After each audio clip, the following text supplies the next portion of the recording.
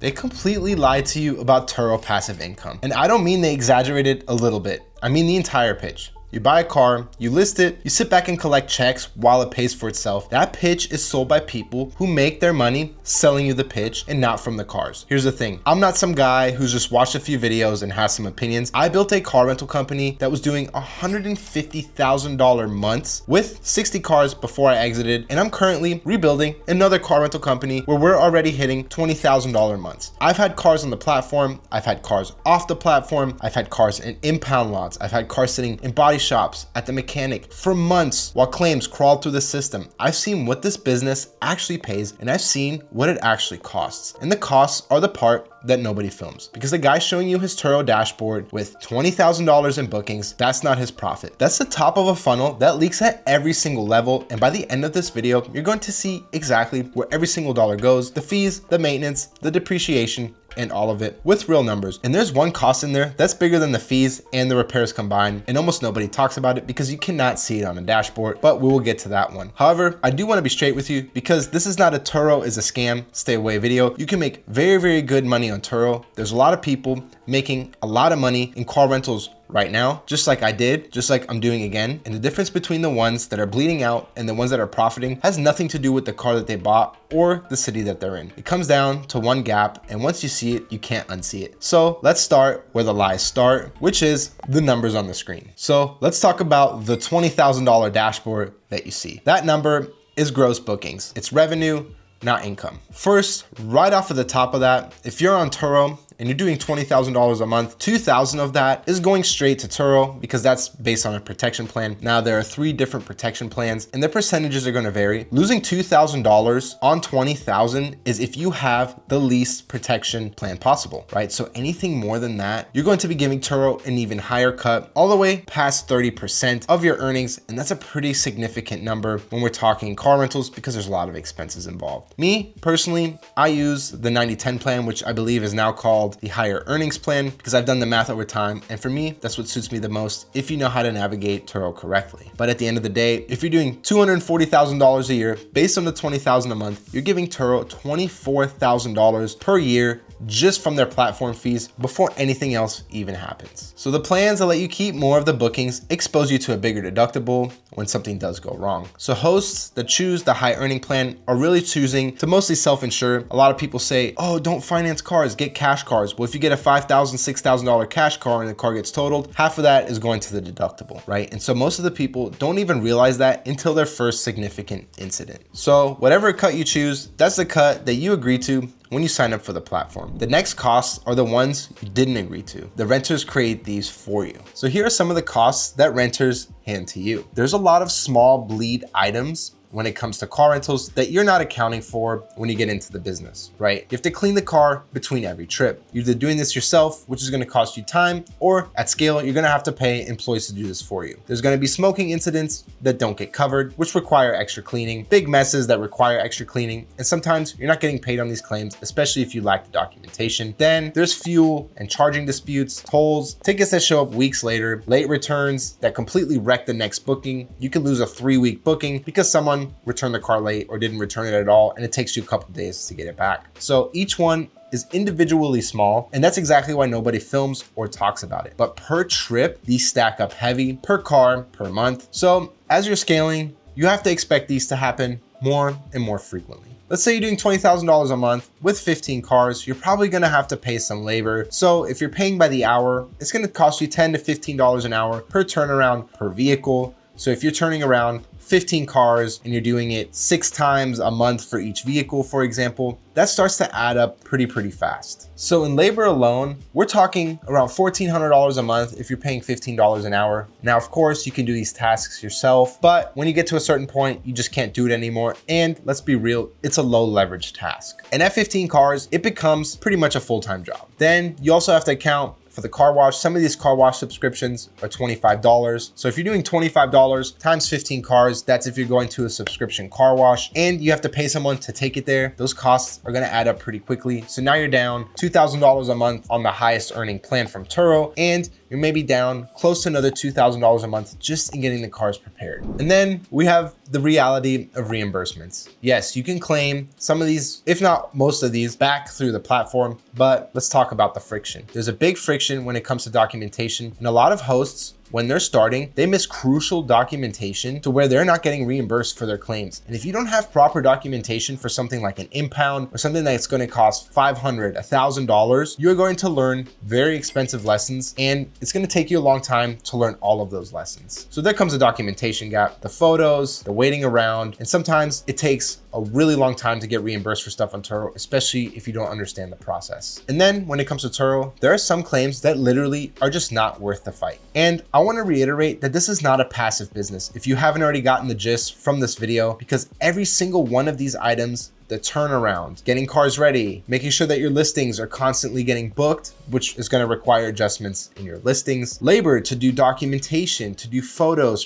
post trip photos, handling accidents, all of that time, every single one of these items has hours attached. You're going to be messaging renters at 11 p.m., coordinating pickups. You're going to be driving to and from mechanics, body shops, getting cars cleaned, chasing toll charges. And if you're paid yourself, even minimum wage for those hours, what does that do to your margin? I have ran 60 cars at one time. I know exactly how many hours a week it actually takes, and it will take 12 plus hours a day if you're doing 60 cars. And I was doing that with multiple employees underneath me. As I got more advanced, I started figuring out how to become more profitable by negating a lot of mistakes that we were making. And eventually I was able to only work a couple hours per day with the right staff, but it took a really long time and a lot of expensive lessons to get there. So weekly hours per car for your fleet is going to run you probably anywhere from 3 to 4 hours per vehicle for the week. And that's just to get the cars turned around and to get them to and from bookings. That does not include anything on the back end, such as having to spend hours on the phone with Turo from customer support, such as having to deal with insurance companies, or anything administrative such as bookkeeping, or really anything that's not related to your direct operation. That 3 to 4 hours per car is not included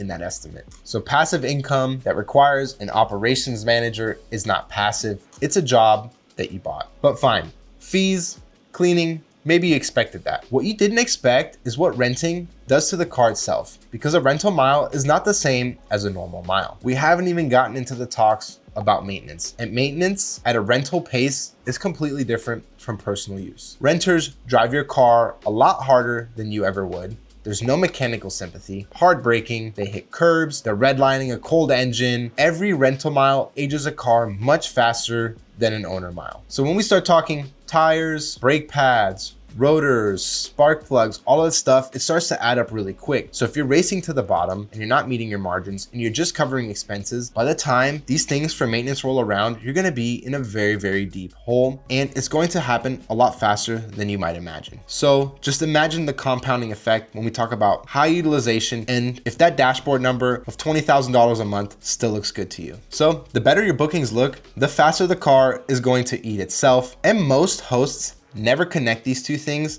until it's too late. And everything we talked about so far assumes that nothing's going wrong. Now, let me tell you what happens when something does go wrong, because this is where I've personally watched months of profit disappear. This is when we talk about claims, damage, and downtime. For example, we've had cars, especially me coming from the luxury and exotic rental space, where a car is sitting in the shop for literally 6 or 7 months, and that's a lot of downtime. During that downtime, you're still having to make monthly payments, pay insurance, pay your operational expenses, and the car is not producing any income whatsoever. For example, we had a Lamborghini Huracan that got totaled. That car, it was in the shop for 7 months. It took them 7 months to total the car out. So we didn't even get it back on the road. We ended up getting paid out on a total loss, but it took them so long to take everything apart, get the estimates together, go back and forth with adjusters. Then with the insurance, there's a whole process, especially when you're dealing with higher end vehicles. They look really, really deep into these accidents because they're trying to do everything they can to avoid the claims. Now, this is obviously an extreme scenario with a higher end vehicle, but I've seen it with economy cars as well. We had a Nissan Pathfinder in San Diego that was used to smuggle illegal things across the border. That car was held at Border Patrol impound for many, many months pending investigation. We're still making the car note, the insurance, and having our operational expenses, right? And this car is taking away from that because it's just sitting in a lot somewhere collecting dust. A car that's literally sat for, I think it sat for like a year or something like that. I can't remember the exact number, but it was a very, very long time. So in this business, downtime is the silent killer on your spreadsheet. However, I like to use the consignment model or joint venture vehicles, which is managing other people's vehicles to diversify my fleet and not put the risk fully on myself and on my business. So when people are pushing content and people are talking about how much money you can make in car rentals, nobody models the 6 weeks that a car sits waiting on a claims adjuster or waiting on parts. Now, when we talk about deductibles, especially when it comes to Turo, it's a little bit different for private rentals, but for Turo, you chose your plan and you gotta sit in it. So the more money that you've kept this whole time hits a lot different when there's a claim and now it's time to cut the check for the deductible before the car can start earning money again. And it's not that claims don't get paid, because they do, but the timeline and the downtime are what really are gonna cost you a lot of money. And that doesn't show up in many people's content. Now pause and look at this number for a second. We started with 20 grand a month, right? And by the time we factor in all these expenses, you can tell that after doing maybe making car payments, paying deductibles, paying turnaround times, employees, staff, whatever it may be, your margins are probably a lot less than $20,000 a month take home. So doing the right math and knowing how to structure correctly is the entire difference between hosts who make a lot of money, and there are people making millions of dollars a year in profit in the car rental space, and hosts that are working for free without even realizing it. So if you want to run this exact math on your own situation before you ever spend a dollar on a rental car, or you need help refining your current operation because you feel like you're stuck working in your own business and not taking a lot of money home, I put the full framework into a free course, the numbers to check, the cost most people forget, literally all of it. It's linked in the description. It costs you nothing. So go grab that video, because what I'm about to show you next is the biggest number of them all. So this is the cost that's bigger than fees and repairs combined. That cost is depreciation. And here's why nobody talks about it. Because it doesn't appear on a dashboard. It doesn't show up as a transaction. It doesn't send you a notification. You only meet it on the day that you sell the car or on the day that you're paid for a total loss. So for example, you can buy a brand new car for $50,000 and maybe it's nothing special. You rent it out for 2 years. The car gets totaled in an accident and now that car is maybe worth $28,000. So if that $50,000 car is producing $1,000 per month for 2 years, we're talking $24,000. The difference between the car and the total loss payout is $22,000. The car made $24,000. So essentially your profit is $2,000, and that's not accounting insurance, if you have labor, if you have other operating expenses, and that's not accounting for maintenance or anything else. So you actually took a loss on that car, meaning you worked for free for 2 years with a lot of headache. So when it comes to vehicle purchase, it's very, very important that you know which vehicles to purchase, how to purchase them, and when to purchase them. And even if you buy a car and you run it the full length and you feel like you're making profit in the short term, when you sell it, you might be very, very surprised at what you're actually gonna get for the vehicle. Especially, a lot of those vehicles come with diminished value because it's accidents on the titles. So by the time they get rammed through a Carfax, they're gonna see that there was 3 claims made on the car, severely diminishing the value. And if you don't know how to file for diminished value, you're gonna lose a lot of money. And even then, sometimes you will not get paid for diminished value. So a lot of hosts who think they're profiting are actually just converting their car's equity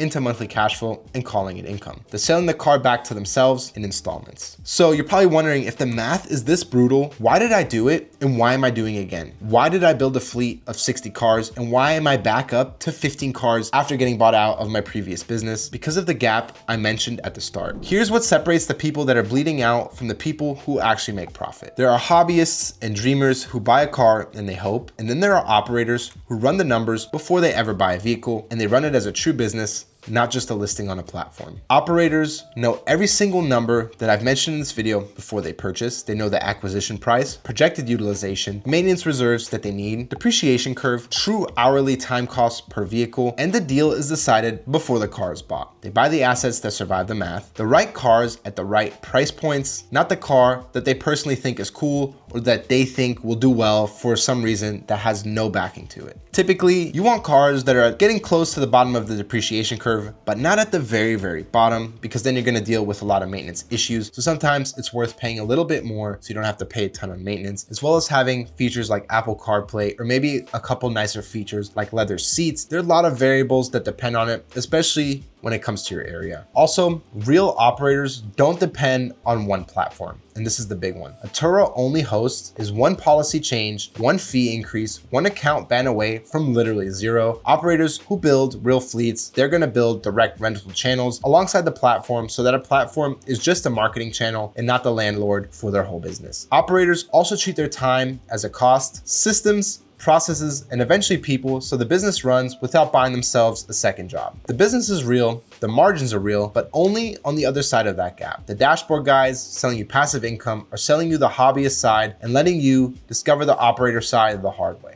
So no, Turo income is not passive. It was never passive, but it is real, and you can build it like any other company to be pretty hands off, but there's a lot to learn in doing that. So now you've seen the entire funnel. By knowing all these things now means you're now ahead of 95% of the people that are getting into this business, and you've really got two ways to use that. Option one, take everything in this video, run the math yourself, and build it on your own. Everything you need to start is here, and the free course in the description gives you the full framework. If that's you, I genuinely wish you the best, and I mean that. The second option, if you want to skip the years of expensive lessons that I just compressed into this video, the impound lots, the body shops, the cars that quietly lost money for months, then you can work with me directly. I open up a small number of one-on-one strategy calls where we look at your situation, your market, your numbers, and we map out whether this business actually makes sense for you and how you can build it the right way. That's gonna be the first link in the description. Spots are very limited because these are real calls with myself, not a webinar. So if it's there,